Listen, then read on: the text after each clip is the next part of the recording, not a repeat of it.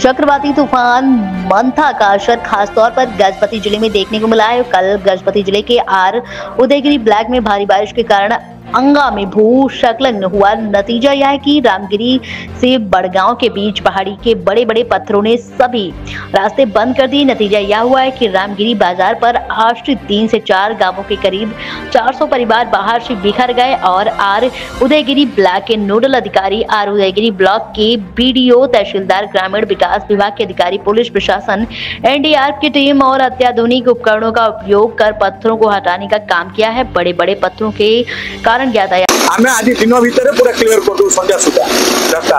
बर्तमान 2टा कंप्रेसर लगी, आ 10 मिनट पर आ कंप्रेसर पहुंचब। बर्तमान तथा आम हिटाची आम पाखे अच्छी, जेसीबी आम पाखे अच्छी, ये ब्रेकर भी चली, ब्रेकर प्लास्टिक आमर चांचड़ा खत स्थानीय प्रथम युवक समाजसेवी मैंने ये पहुंची देखला पर समस्त सतर्क कर देथिले। तो मु सरकार को निवेदन करी यही गोटे उदाहरण नुह, अनेक ज्वलंत उदाहरण अच्छे। आपंकर तितली बात्या कहतु, फाइलिंग कहतु, अनेक थर एमती बाधा प्राप्त होती, जीवन हानि घटी।